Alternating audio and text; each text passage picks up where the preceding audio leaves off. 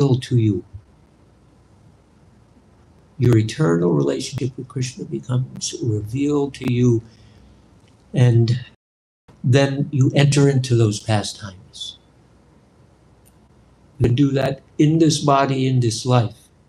And as a matter of fact, ideally, we should do that and have to do that if we want to really enter into them in the spiritual world. We need to actually already be there in the spiritual world, in our consciousness. Yam yam vapi smaran bhavam, Krishna says in Bhagavad Gita, whatever you think of at the time of death, to that destination you will go. So if it's a material destination, that verse we're going to speak on today is about that. Whatever we're thinking of at the time of death, you're thinking of this destination or that, or maybe you're not even conscious of thinking of anything at the time of death, and just random thoughts going through your head, and you think about your pet dog or cat or whatever. But it's really all about training the mind and the self, the soul, to think of Krishna at the time of death. Not artificial. It's all based on love and bhakti. So, anyway, these were some of my streams of consciousness today before I came. So we're going to read from Bhagavad Gita, text number 24. Right, that's what Atma Nivedana told me. Chapter 9. Do we have any other Gitas to look at?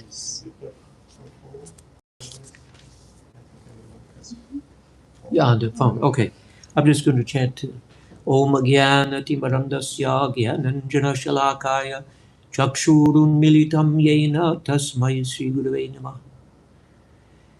Mukam Karoti Vachalam Pangum Langayate Girim Yat Kripatamaham Bande Sri Rum Dinataranam. This verse means, by the grace, the mercy of the spiritual master, the lame can cross mountains and the dumb can speak eloquent words. Vandeham Sri Guru Sri Yuta Padakamalam Sri Gurun Vaishnavangscha Sri Rupam Sagrajatam Sri Siradha Krishna Padan Sagana Lalita Sri Vishakangscha. And these are prayers to our gurus and the Panchatattva, Radha Krishna, Goswamis. Sri Krishna Chaitanya Prabhu Nityananda Sri Advaita Gadadhar Sri Vasadi Gaura Bhaktivinoda. Hare Krishna Krishna Krishna Hare Hare Hare Rama Rama Rama Hare Hare. So chapter 9, the most confidential knowledge. It's called confident, the most confident, because in the previous chapters, 1 through 6, specifically, Krishna delineates the different yoga systems, different types of yoga, karma yoga, jnana yoga, sankhya yoga, different paths of self-realization. Although sometimes he hints at bhakti also throughout there.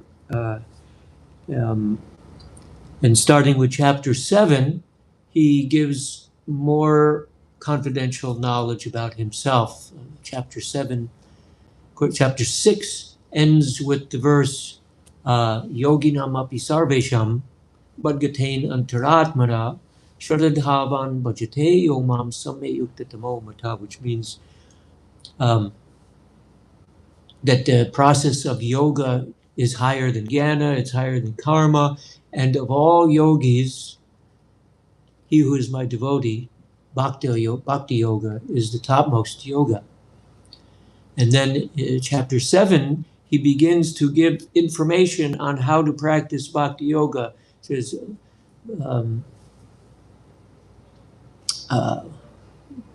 Maya Saktamana Partha Yogam Yunjam Madashraya Samshayam Samagramam Yatha Gyasasi Tachranu. Now here, how by practicing yoga in full consciousness of me, with mind attached to me, you can know me in full, free from doubt. So he tells about himself. Chapter 8 gives more hints about how to practice bhakti yoga, how to remember Krishna at the time of death and never. And then now in chapter 9, he's going into more confidential knowledge about himself. Because actually, Krishna is unlimited. You can't know everything about Krishna. It's not possible to know everything, but there are things we can know, we should know, that will help us. So that's called sambandha gyan. Not like gyan yoga. It's not the yoga of knowledge. But sambandha gyan means the knowledge of relationship. It's like, we talk about, we know I'm not this body, I'm the soul. So I am the energy of Krishna, one of the energies of Krishna. And then there's the material world in which I'm residing, another energy of Krishna. And then you've got the spiritual world and Krishna. So what's the relationship between those things?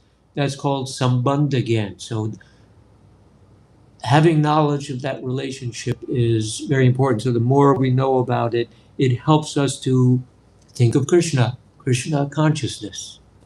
It's synonymous with Krishna consciousness. Now, this verse 24, Krishna has described various things here leading up to previous verse 20. Those who study the Vedas and drink the Soma juice, seeking the heavenly planets, worship me indirectly. They take birth on the planet of Indra, where they enjoy godly delights.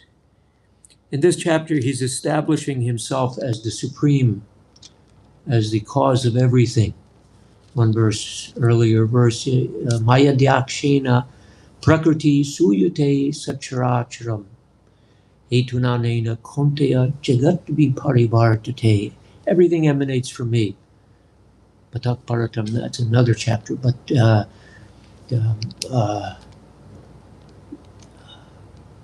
a translation, I'm forgetting the translation.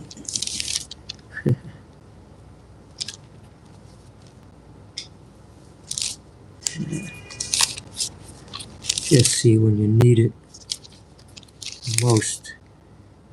This material nature is working under my direction, O son of Kunti, and it is producing all the moving and unmoving beings.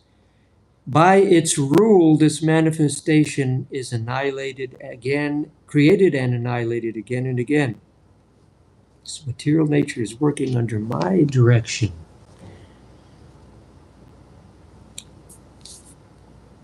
Then text 22, those who worship me with devotion, meditating on my transcendental form, to them I carry what they lack and preserve what they have. Whatever a man may sacrifice to other gods, O son of Kunti, is really meant for me alone, but it is offered without true understanding. And now today's verse, Aham hi sarva, I'll let everybody, if they want to repeat the verse, okay? But I'll read it first. Aham hi sarva yagyanam bhokta cha prabhur eva cha natumam abhijananti tatvenatas chavanti te. Want me to give it a little song style to it? Okay, so we'll do it the nice Sanskrit way. Aham hi sarva yagyanam Bhokta cha prabhureva cha Natumam nabhijananti Tatevenatas chavanti te. Go ahead. Wants to try. Aham hi sarva yajnanam Bhokta cha prabhureva cha Natu mam abhijananti. Natu mam abhijananti. Tatvinatas javanti te. Tatvenatas chavanti te.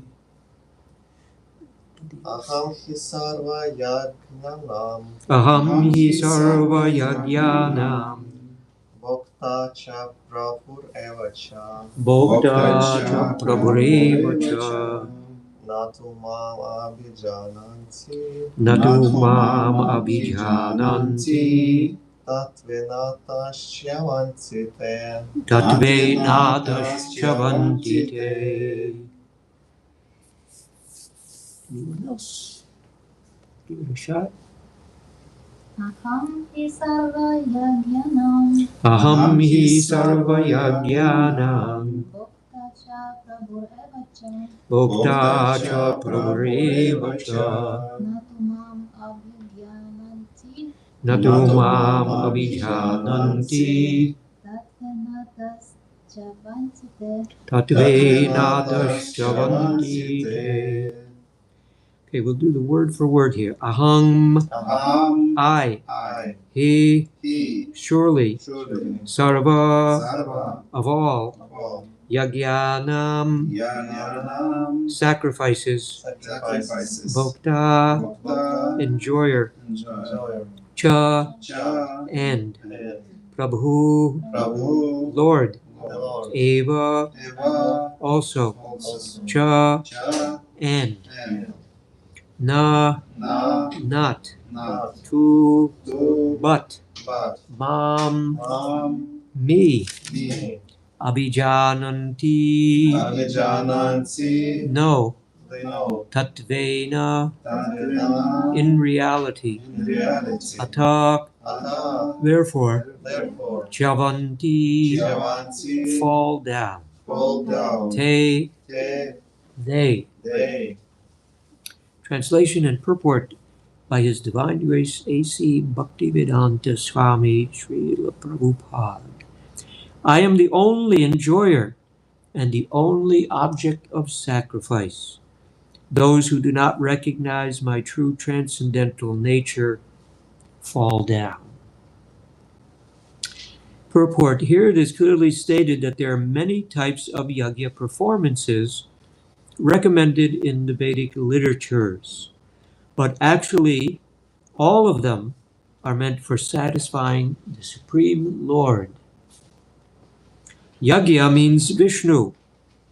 In the second chapter of Bhagavad Gita, it is clearly stated that one should only work for satisfying Yajna or Vishnu. The perfectional form of human civilization, known as Varnashram Dharma, is specifically meant for satisfying Vishnu.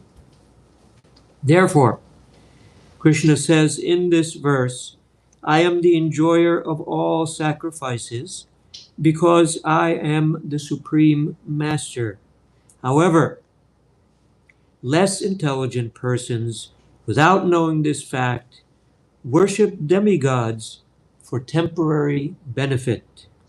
Therefore, they fall down to material existence and do not achieve the desired goal of life. If, however, real desire to be fulfilled, aham hi sarva yagyanam bhokta cha prabhureva cha natumam abhijananti tatvinashas chavanti te. I am the only enjoyer and the only object of sacrifice. Those who do not recognize my true transcendental nature fall down. So Krishna reveals in Bhagavad Gita many different subject matters, and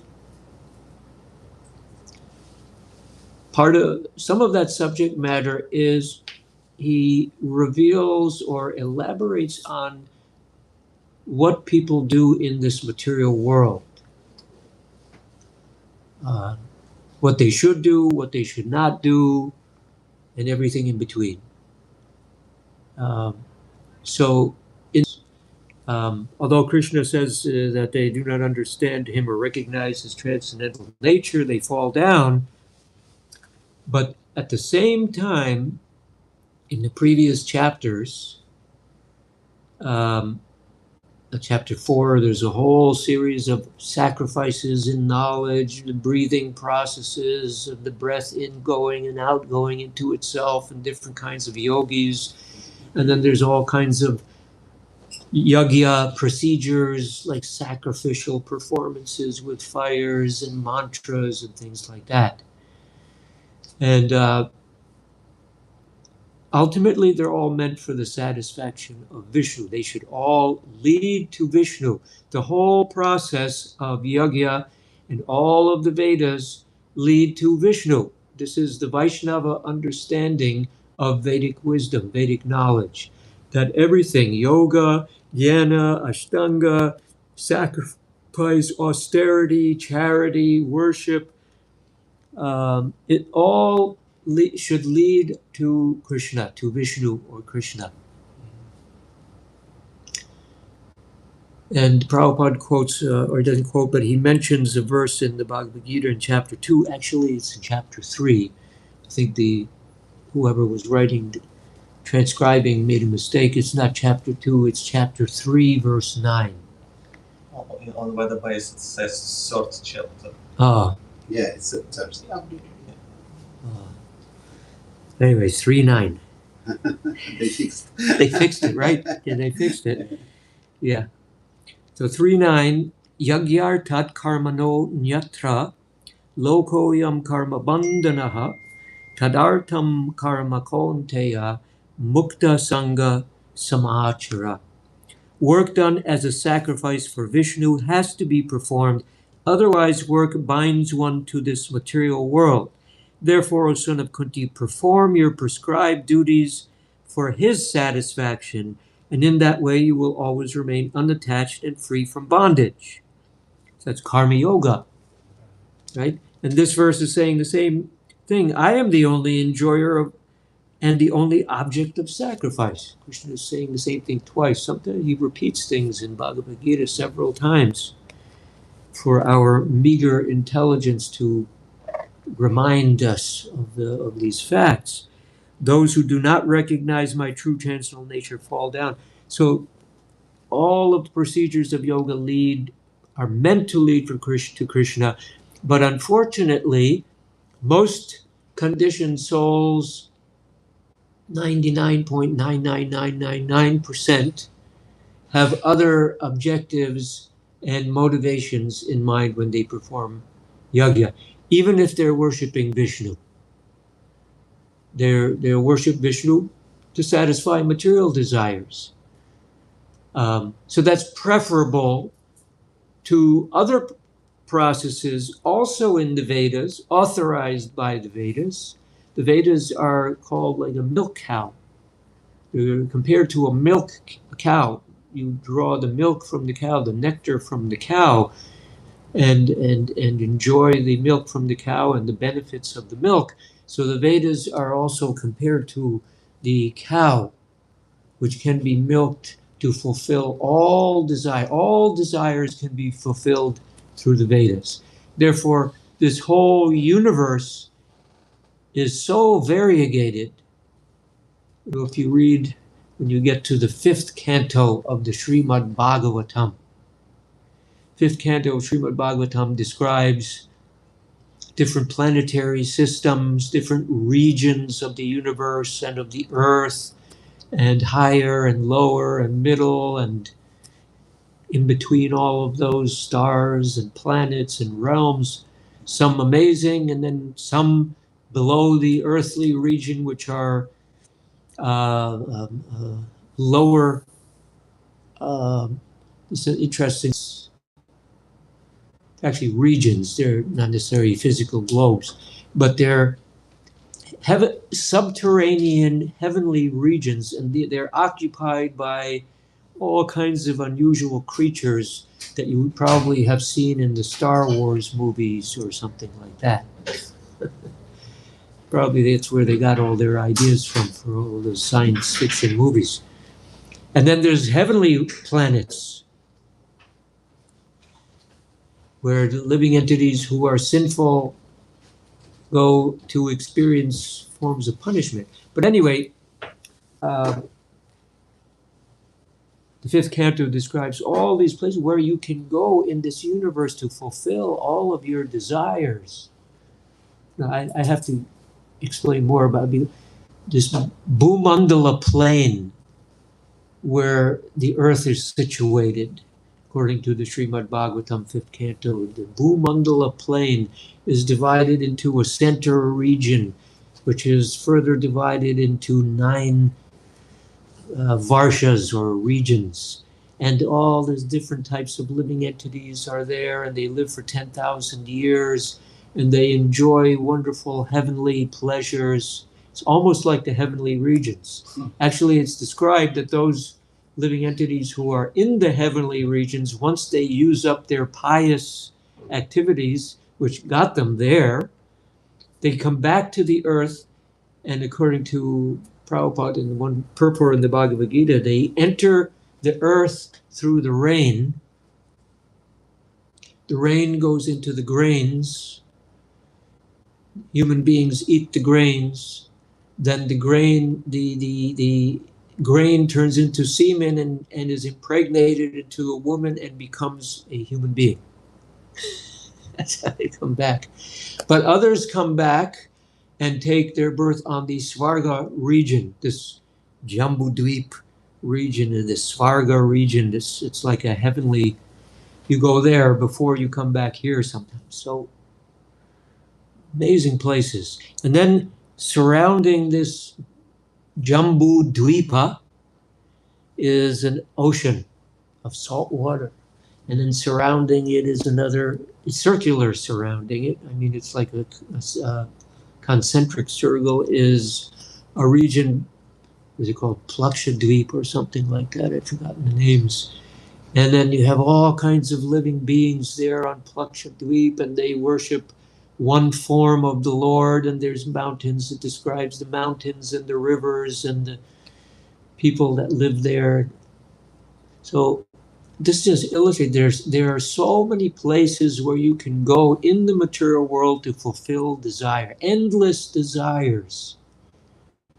In chapter 15 of Bhagavad Gita, the material world is compared to a banyan, upside down banyan tree. You know what a banyan tree looks like? You're familiar with the banyan tree? You know that, maybe that picture is in, I think that picture is here. It looks so strange as if it consists of roots. Yeah, a lot of roots, branches, mainly roots. Well, yes, it is, because these roots go upwards and they go downwards, both. So it's compared to a banyan tree. The material world is compared to this banyan tree with its roots going up and down. I know the picture is here somewhere. Must be here. Pull it up on the phone. Yeah, it used to be here. I know that. Beautiful picture. Yeah, it's not here in this picture. Anyway, so it's a very complicated tree, this material world.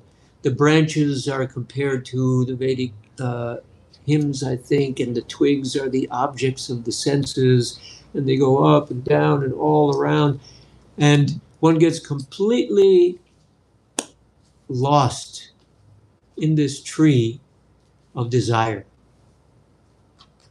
Completely lost in this tree of desire. And there's no way to get out. Samsara. We pray to the spiritual master, Samsara Dava Nalalid Haloka Tranaya Karunya Ganaganatam. I offer him my respectful obeisances because he can end that cycle of samsara. He can take the living entity out of material existence, out of the cycle of samsara, into the eternal region. You have to pluck him out. Very hard to pluck him out, though. So we have all these desires, we have all these attachments. We want this and we want that, and we want to make a comfortable life, but it's ultimately only temporary. And it's really in our interest to have this one, try to develop. Ah, yeah, there we go. Yeah, show everyone that one. Right? The entangled banyan tree. Yeah, it's One does interesting. not know where it. The Krishna says, one does not know where it ends and where it ends.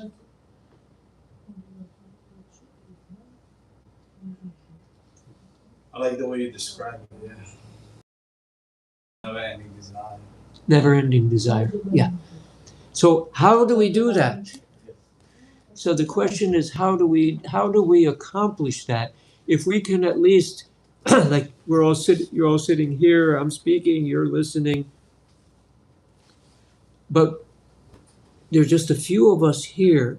Manushalam sahasreshu kashchid yadati siddhaye. Out of many thousands among men, Krishna says, hardly one endeavors for perfection. And of those who have achieved perfection, hardly one knows me in truth. So who's the one who knows him in truth? As I mentioned earlier, he's the one who was not envious of Krishna, who's become Krishna's friend.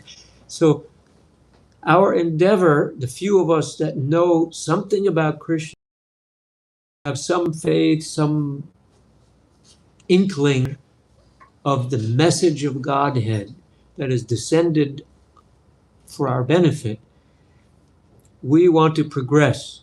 And so the way we want to progress is by practicing the process of bhakti yoga, that bringing about that taste again, that attraction. It's only by the strength of that attraction that we can actually sacrifice or give up this material attraction. You know, there's so many yogis, so many renunciants. They give up material world, material pleasure. If you go to India, you see them all, you know, at the Kumbh Mela, doing all kinds of, you know, physical austerities and penances and amazing things that they can do and renounce the material world in so many ways. But here's the key. What they have not renounced is the tendency to enjoy separately from Krishna. That's what, no matter how much they give up or renounce the material world and stand on their tiptoes, you know, for 1,000 years under the sun, baking under the sun and in freezing cold water, unless they give up this tendency to enjoy separately from Krishna, they won't. They may be able to merge into the Brahman, to become one with God for a while, not permanently, but they'll never understand Krishna. They'll never understand until they become his friend, his devotee.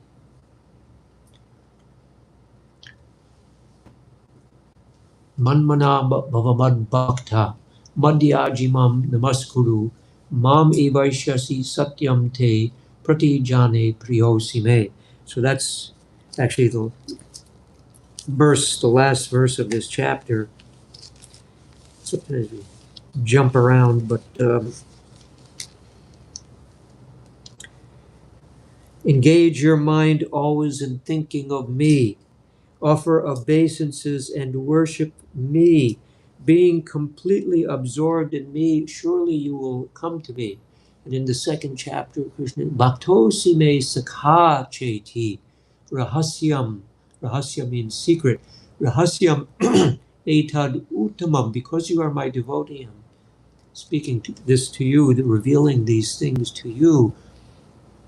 So that's like the crux of the whole matter, is developing this attraction for Krishna, becoming his friend,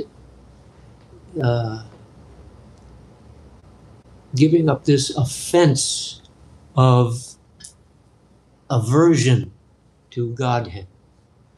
Because this aversion to Godhead is the psychological force that is conditioning us and keeping us conditioned in this material world. It's a psychological condition. Just like, in this ordinary world that we live in now, you have, psychology and psychological problems and psychological issues and psychologists and psychoanalysts who try to analyze it all and help you overcome your whatever it is and bring you to a so-called normal state of conscious enjoyment and consciousness, which doesn't really exist anyway. So in the same way, there's a psychological problem behind our very existence, which keeps us chained to the material world. Now, it's not exactly that easy just to give it up all at one time. But you will find in the course of our practice of Krishna consciousness during the course of our life is that there are high periods and low periods. We'll have ups and we will have downs, but we somehow have to continue. We have to maintain our determination to continue despite all of our weaknesses, because it takes time for that purification. Just like if you have a disease, you may have some disease and you get a recommendation from the doctor for some medicine and some diet. It takes some time to get relieved of that. Excuse me. You have some water? Yeah. Yeah. It takes time to get cured of the disease. So we are also in a diseased condition, this psychological diseased condition of thinking ourselves to be the enjoyers. But if we take the medicine, there's two forms of medicine Prabhupada recommended for us: chanting and prasadam. Chanting Hare Krishna and prasadam. And of course hearing, there's all sorts of other things too, but hearing the Hare Krishna mantra. Thank you. Good to see you. Hare Krishna. Chanting Hare Krishna, taking Krishna prasadam. And there are many other things too, hearing the Bhagavatam.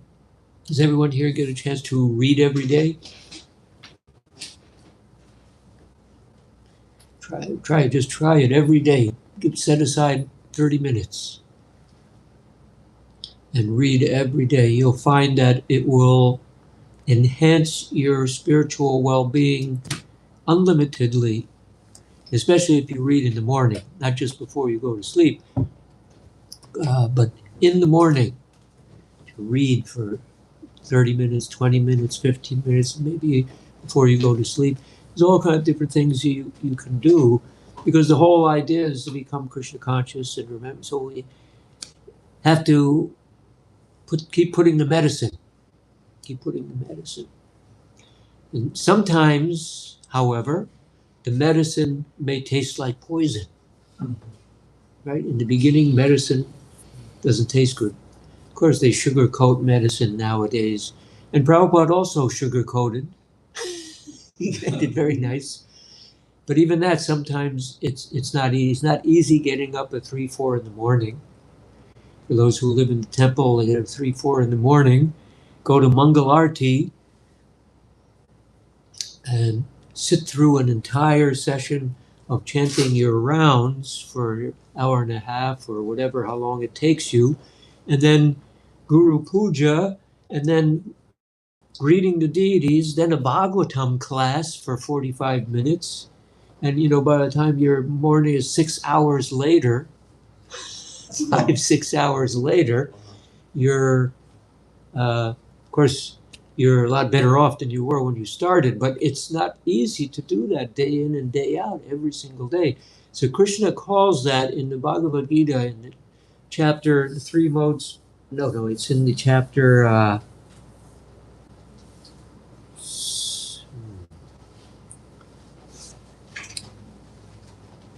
16 or 17 maybe. Anyway, he said that this is called happiness in the mode of goodness. Happiness in the mode of goodness, he says, it begins like poison, but ends like nectar.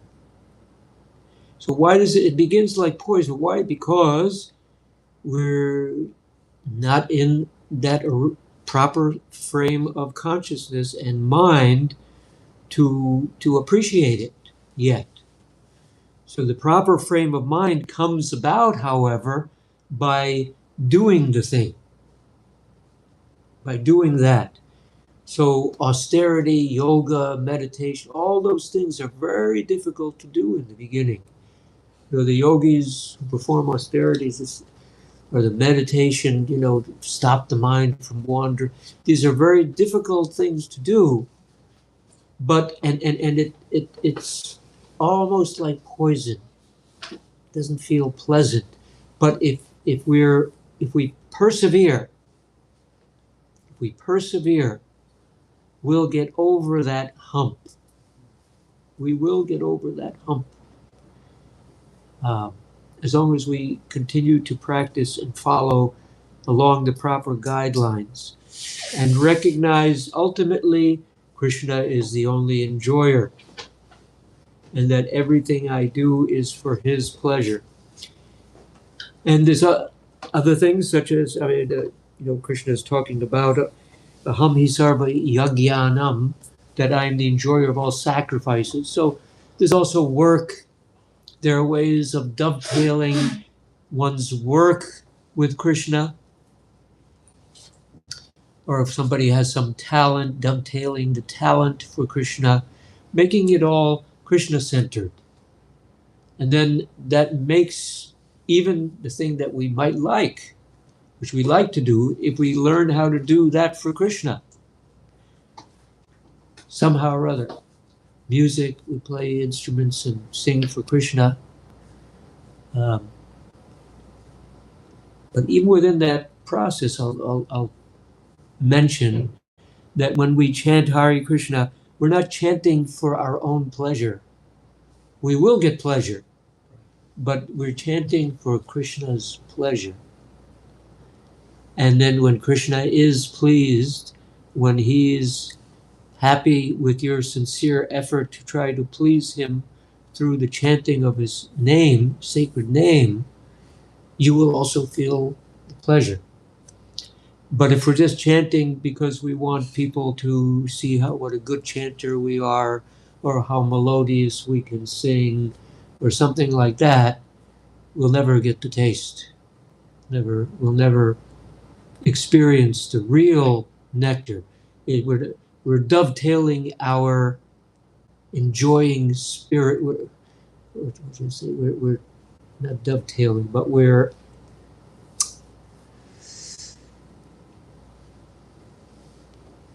taking our tendency to enjoy and overlapping it into devotional service. So again, devotional service is a process of practice. So in the beginning, it's even sometimes mechanical, but we practice offering our service and offering our chanting, and that's yagya, is the object of the yagya.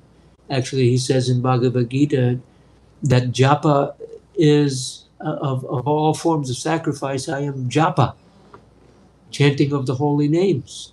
So that's also a sacrifice.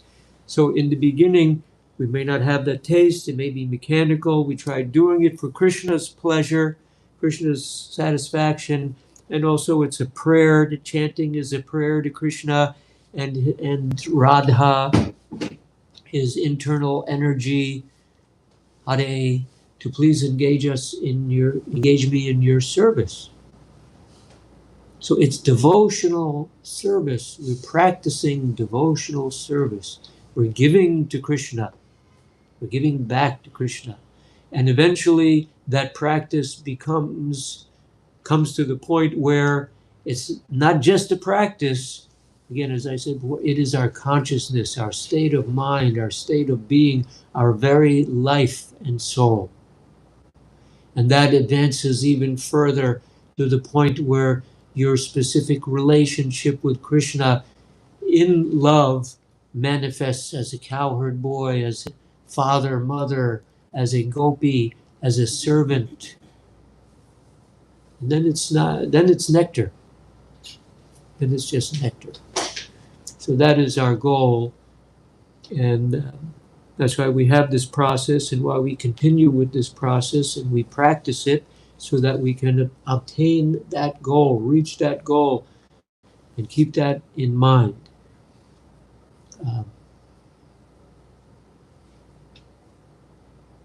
So I'll stop there if anyone has any questions about anything, but on this or the specific verse.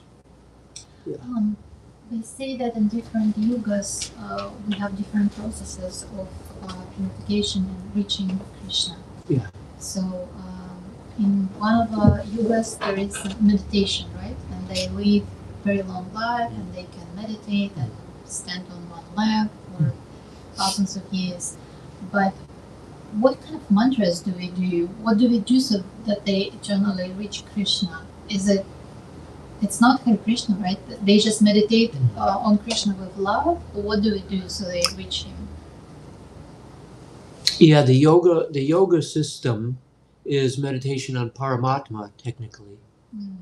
Meditation on Paramatma. There's no mantras. Maybe there are some mantra, Om. They don't have Hare Krishna. So the difference between Bhakti Yoga and all other forms of yoga, even if they are meditating on the Paramatma,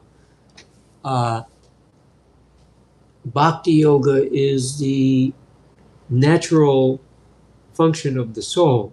It's called Jaiva Dharma. It's the natural function of the soul. So it's a very direct process, chanting his name, hearing his pastimes, etc. The yogis don't do that. Even in those previous epochs, they didn't do No, it. they would get to that point eventually, but they were meditating mainly on Paramatma, and then they could come to the point of Bhagavan realization. They could come to the point of Bhagavan realization. But Vaishnavas existed everywhere. Vaishnavas existed also So at that Bhakti time. Yoga existed always. Yes. Right? Always exists. But it always existed.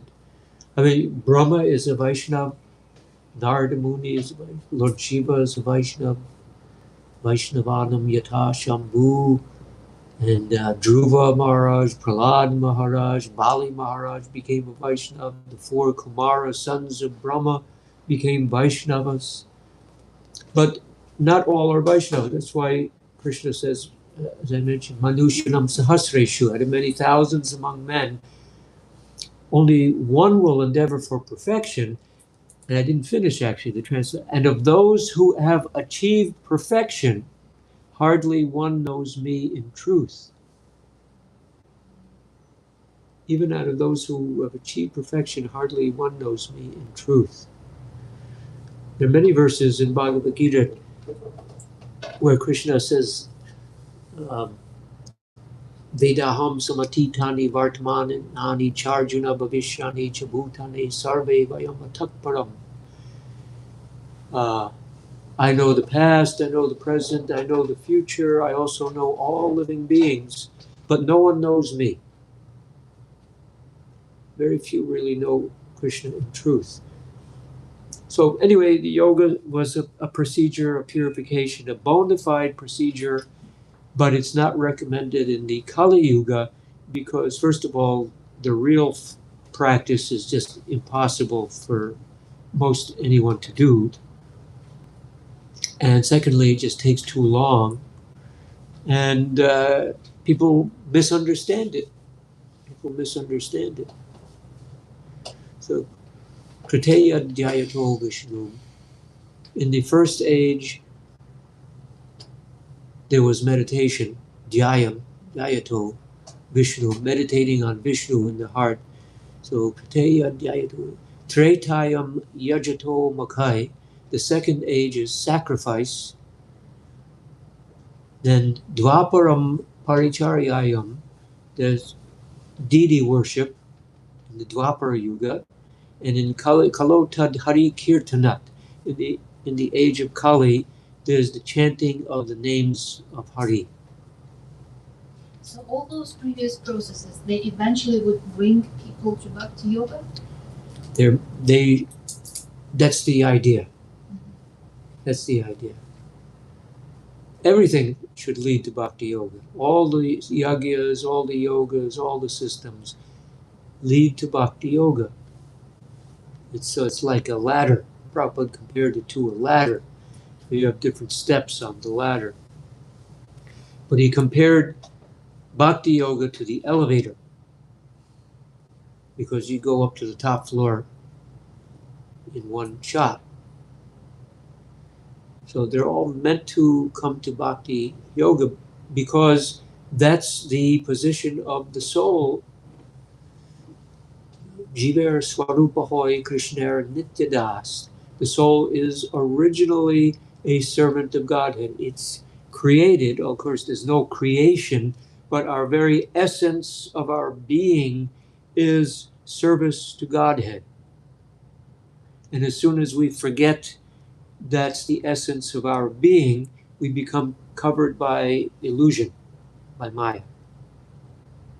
It's really that simple.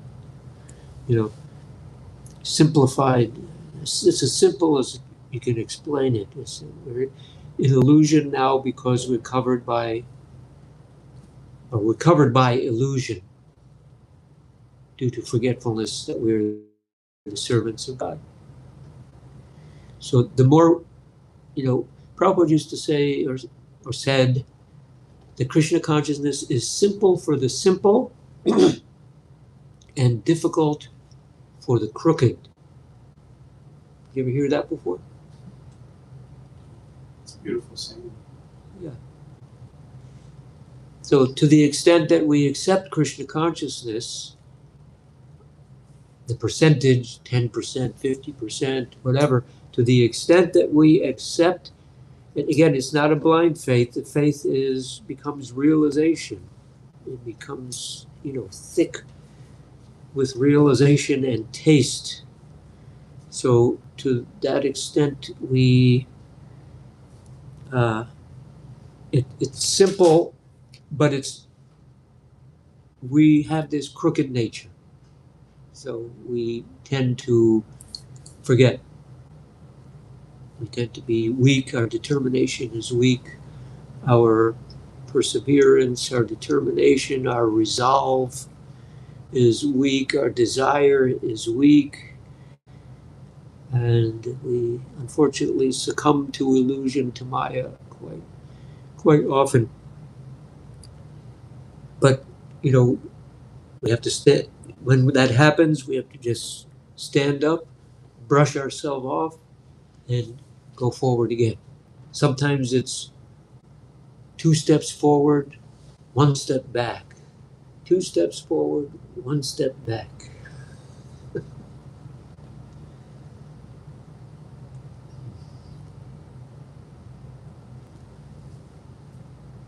You also mentioned that in other varshas, if anybody else maybe wants to ask a question. No, you can. The people live 10,000 years. People what? People live 10,000 years on other varshas. Oh, Do 10,000 they years. always live like that? Or also on these planets, those varshas, we have a change of yugas? Yeah, no, that's an interesting question because most devotees don't know. There are lots of details about the universe and about things going on. And Prabhupada said in one place that it will gradually be unfolded. But technically, Kali Yuga, the 4 ages, only take place in Bharatavarsha, this Bharat, earthly realm. the 4 ages. And in the other varshas of Jambudweep that I mentioned, as described in the Bhagavatam, they live 10,000 years. There's no old age, no disease. No children. Yeah, no children till just before you die. That's an unusual one. Yeah, no, they enjoy all kinds of material pleasures and things like that for thousands of years. Until their garlands fade.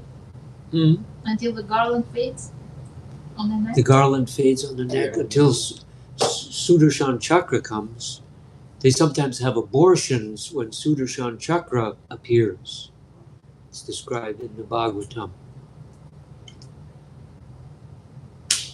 But even the subterranean heavenly planets or regions, they're described. They're amazing places. Oh, they may be below the earth. They're not hellish.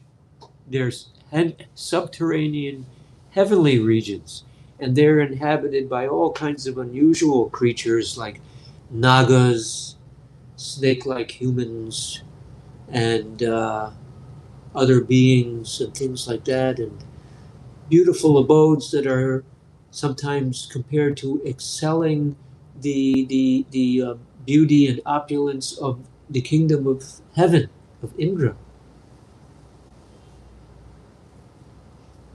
They say all our technology comes from Bilasvarga and planets like that. Yeah.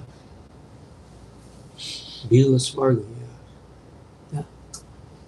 Thank you, Prabhu. So nice that you're here. I always enjoy your lectures. This beautiful, simple, direct style. I want to ask you, so here we are, 60 years of the anniversary just recently happened. It was a beautiful celebration. Do you have any kind of, maybe some stories of Prabhupada, your time with Prabhupada, or maybe some more Henry Street stories? And I always like when you share. Yeah. Whatever you want. I think, I'm not like some devotees, very good storytellers. They have all kinds of pastimes with Prabhupada or other pastimes. Some reason that's not like part of my nature to recollect that so much. Maybe like your Henry Street story is such an amazing place. Yeah. Well, yeah, last time I spoke, I talked about the schedule. Yeah. and you spoke how amazing that place was. Very Yeah, disciplined. how amazing it was. Yeah. Was anyone here for that when I spoke about that before? Yeah, okay. Well, I'll give a brief, a little summary. See, I joined in 1972. I was about 15 years old. I started coming to the temple on Henry Street. And after I finished high school, I moved into the temple. In those days, everyone was encouraged to move into the temple. We don't do that so much anymore, but that was the modus operandi to get people to move into the temples, and it was a little fanatical, but to the point where if you didn't live in the temple, you were in Maya. You were in or out. And then if somebody was in the temple and they left the temple, the word describing such a person is that he blooped.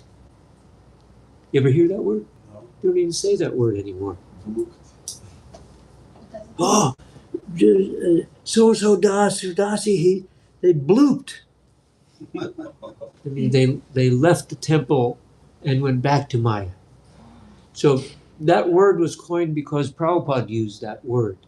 But he used the word in this sense that the sound of the soul falling into the material world is like the sound of a pebble falling into a puddle of water. You hear the sound bloop?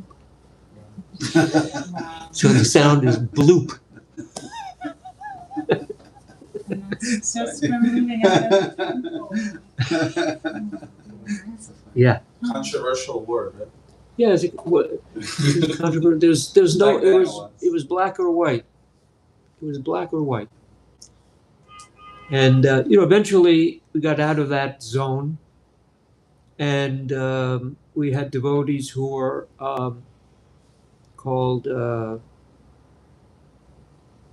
was the word that they were called? Fringe. Ah, yeah, that was the word. Fringies.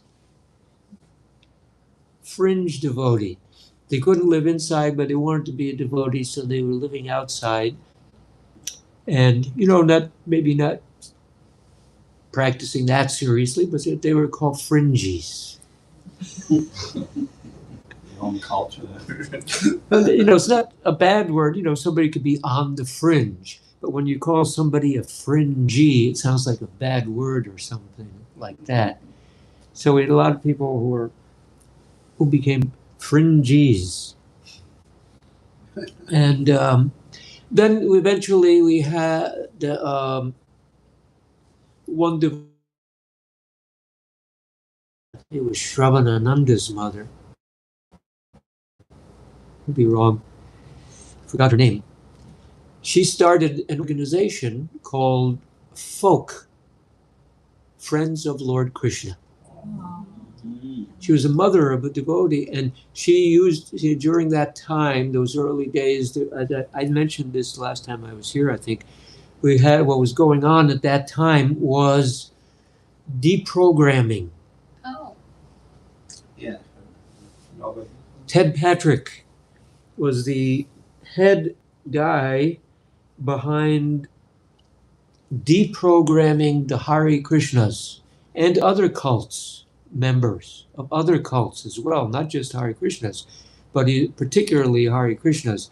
And their procedure, believe it or not, it was illegal, but they were paid by the parents of the devotee to kidnap, and they would kidnap them, take them to a house, blindfold them, take them to a house, and subject them to all kinds of sinful things to get them back to normal. To so-called reality. So-called reality, yeah. So it worked sometimes, I guess, some people went back, but other times devotees would escape. I know a whole story of a devotee who escaped in Canada, and other devotees, they escaped. You just kind of play dumb, and eventually you just find a way to get out and you escape. So this deprogramming was going on, and so this devotee's mother started FOLK, Friends of Lord Krishna, and that helped to legitimize that, but to kind of normalize the movement, because she got other parents to join that organization, and they kind of gave it some legitimacy, some it was okay to be a Hare Krishna. It was okay to be. I mean, there was a huge lawsuit, sometime in the 70s or 80s. What was her name?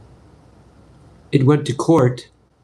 This one girl she was like, I don't know, 14 years old, and she moved into one temple, and the temple hid her from her parents, and then they shipped her off to another temple so the parents couldn't find her, and this, that, and the other happened. And finally, she blooped. She actually blooped, left, and then sued the movement. Millions of dollars. For millions of dollars, and won the case. for what? She said. For illegally Kidnapping. Yes. harboring a underage teen. She's really blue. So So all that was going on. So that, that was kind of the progression. Then it became quite apparent that we had to become a little more normalized, to live within this society, Western society. India is a whole different social structure and how things go on there. But still, the lifestyle that we lived in the temples was very. This is. Yeah, I got it. Yeah, the lifestyle that we lived in the temples in those days, extremely austere, and not a moment would be wasted. You would get up, at least here in New York, this was on, when I lived in the temple, it was on Henry Street in Brooklyn. And this was a brownstone, two brownstones together, with three floors each and a basement. And first floor on the left side was the temple room. Second floor was the office and some residences and a library room where we also had dramatical performances. Then the third floor was the residence for the men, brahmachari ashram. There was a fourth floor, but it was not full floor. It was kind of like an attic where the ghosts lived. And then on the other side of the building, the first floor was Prabhupada's quarters. Then the next floor was the brahmacharinis, the single ladies. We don't even call them brahmacharinis. We don't have any brahmacharinis anymore. We want to be a brahmacharini? Anybody ever down to be brahmachari? And then I guess there was a fourth floor with the same kind of. But in that brownstone, there were literally about 80, 70, 80, maybe even 100 people living in that brownstone. And they would get up in the morning at, Mangalarti was at 4:30 in the morning. And for that many people to shower, everyone had to shower. You didn't just wake up and go down to the temple room. You had to shower. And the showers were, cold water showers. There was no hot water. New York, cold water in the winter. And you would have to take 30 seconds. I mean, if you could even tolerate it for 30 seconds, you'd have to be no more than 30 seconds under the water to bathe. And no one owned their own clothing.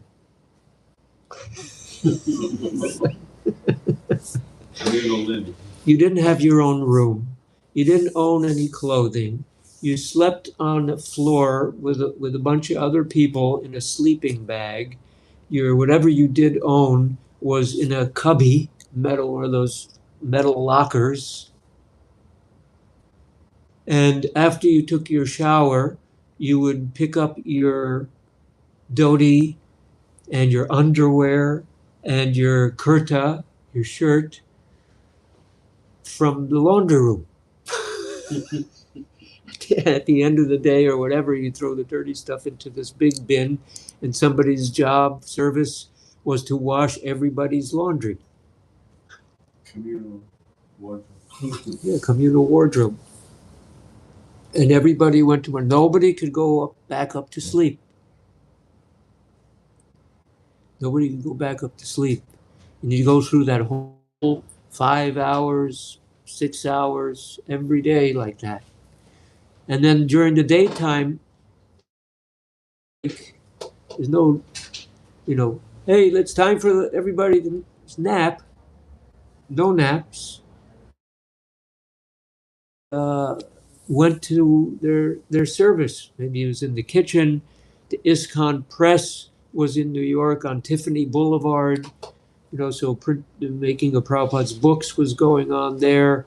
And then we had many devotees every day would go out on the Harinam Sankirtan, chanting on the streets all day long. I'm not just talking about, 3, 4 hours a day. I'm talking about 7 or 8 hours every single day. Walking down the streets of Manhattan. They didn't have like now, sitting down playing harmonium and all that. It was just mridanga and kartals, walking down the streets of New York. And sometimes, actually, much of the time, we would stop in front of like Macy's on 34th Street or Times Square somewhere, or in front of the library on Fifth Avenue and 42nd Street, and just everybody would stand and chant, doing the Swami step back and forth. And then we had the Vaikuntha players doing 3-minute dramas on the streets. And we would give out our, sell Back to Godhead magazines for 25 cents. So that's how things were going on then. It was quite austere. I mean, some devout people are still doing that and are able to do that. But nobody's left out. You can practice Krishna consciousness at home and make progress. But you should try to get up early and do the similar sadhana in your home. Like I always recommend, one more thing in there. I always recommend devotees, if you can't get up at 3 or 4 in the morning, whatever time you get up, just do the same thing every day. Just have a program, have a schedule, and just do the same thing every day without fail. Have a little arti, even if you don't have official deities, just pictures. Just do some kind of arti, offering incense and a flower, and chanting with kirtan by yourself or with your family. And then I don't live in a temple. I live at home. I chant all my rounds straight through. I don't 4 here, 4 there, 1 there, 2 there. I chant all my rounds straight through every day. And then I read for an hour and a half. But I'm retired, so I just have my service with, in case you didn't know, with the Temple of the Vedic Planetarium in Mayapur. So I have a lot of service to do, but I have a schedule and I do the same thing every day. So whatever time you go to sleep, get up at the same time the next day, do the same schedule, then do whatever else you have to do. It's that regularity of the sadhana that will bring you to the mode of goodness, happiness in the mode of goodness. Like poison in the beginning and pleasure, happiness in the end. Mode of goodness, happiness in the mode of goodness. But it requires steadfastness, steadiness, to do the same thing every day. That helps a lot. Yeah. What is, by your opinion, the reason why we don't see as many people today in Krishna consciousness in this country as you had during Prabhupada times? Was it mainly because Prabhupada was on the planet, or why? Yeah, Prabhupada's presence, personal presence, made a huge difference. That's probably the main thing. He was here to guide, he was here to help, to instruct, to chastise, and to make sure everything went on properly.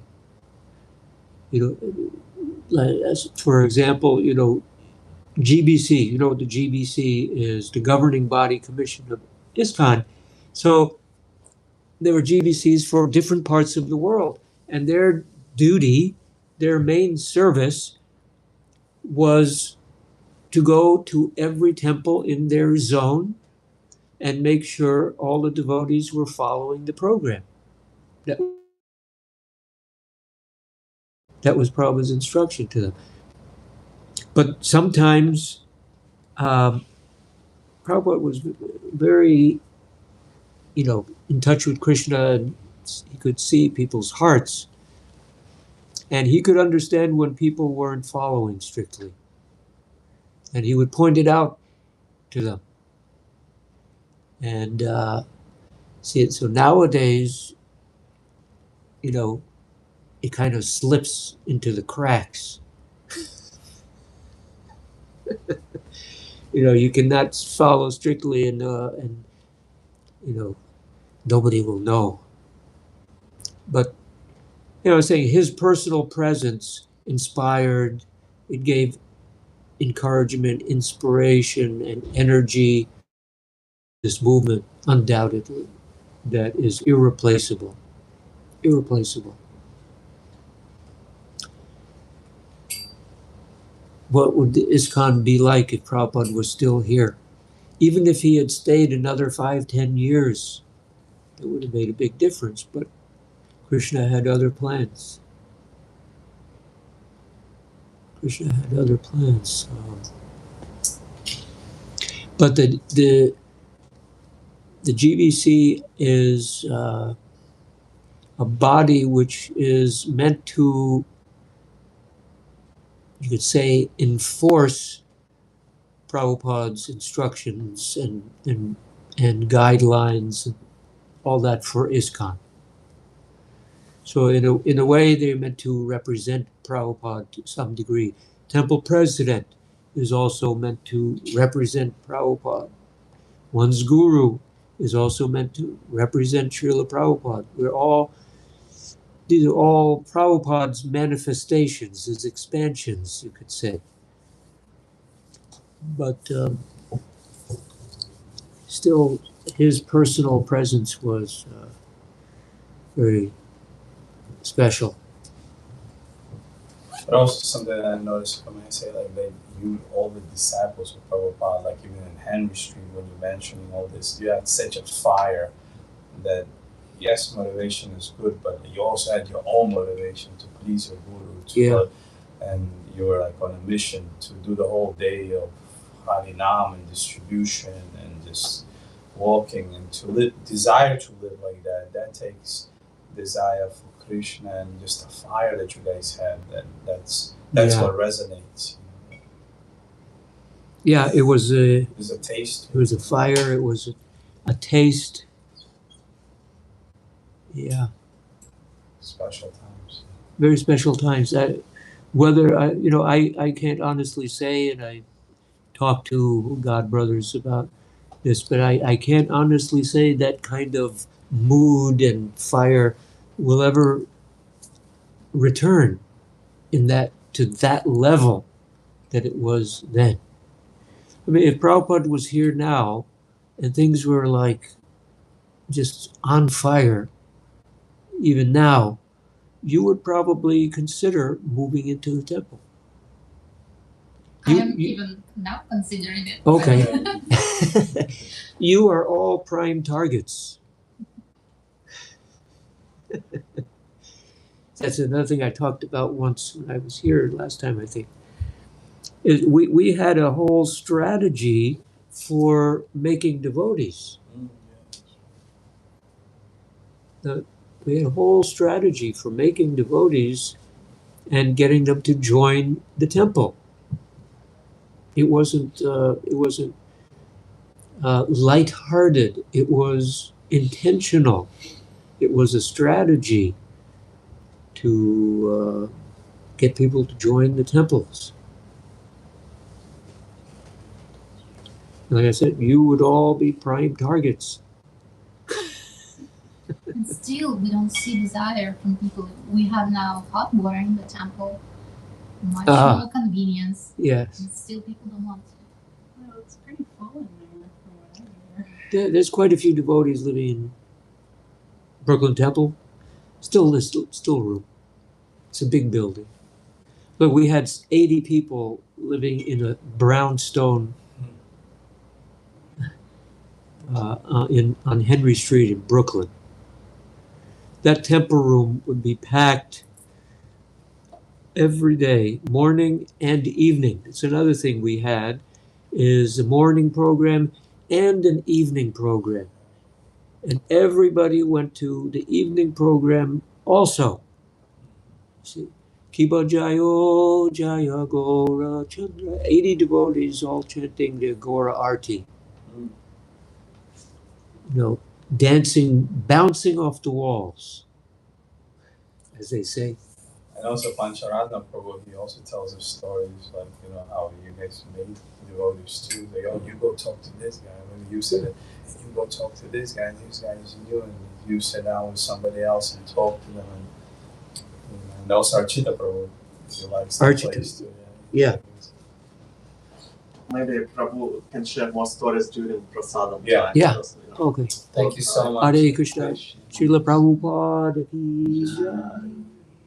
Matchless Gifts, 26 Second Avenue ki jai. Prabhu, would you like to lead a short kirtan? Oh, good. Yes, that's the system. Yes. After lecture, there's kirtan.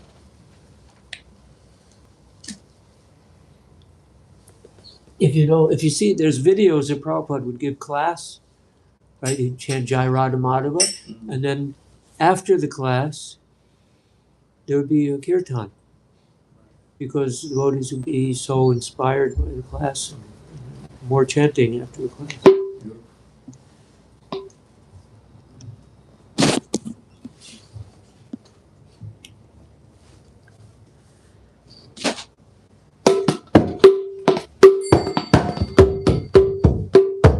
Ooh, dead. It's okay.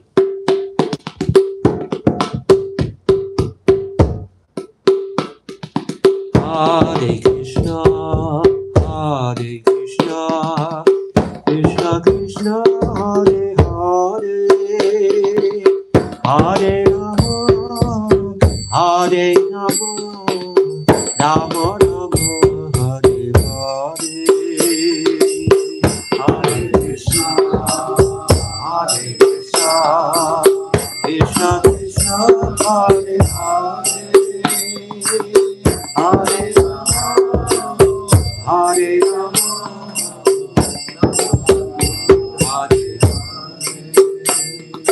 Hare Hare Krishna, Hare Krishna, Krishna Krishna, Hare Hare, Hare Rama, Hare Rama, Rama Rama, Hare Hare.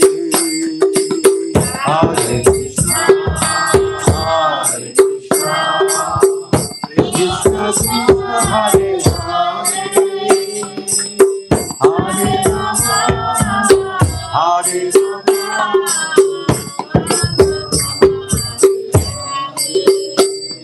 Hare Krishna, Hare Krishna, Krishna Krishna, Hare Hare. Hare Rama, Hare Rama, Rama Rama, Hare Hare. Hare Krishna, Hare Krishna, Krishna Krishna, Hare Hare. Hare Rama, Hare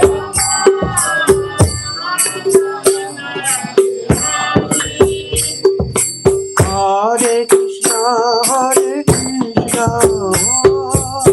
Krishna Krishna, Hare Hare, Hare Rama, Hare Rama, Rama Rama, Hare Hare. Hare Krishna, Hare Krishna, Krishna Krishna, Hare Hare. Hare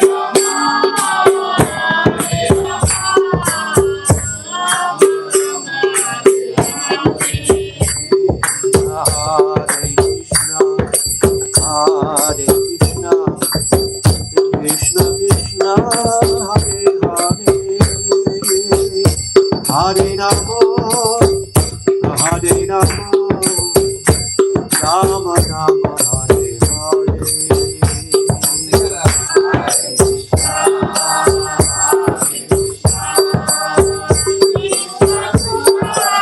Hare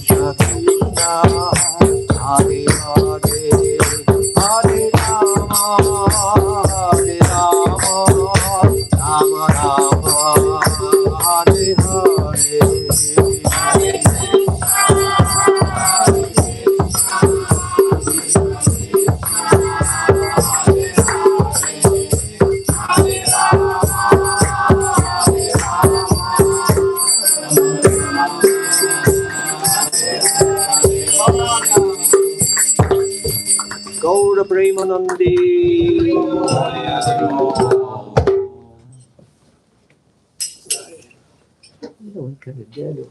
Please join in expressing appreciation to His Grace Nanda Prabhu. Jai Jai Jai.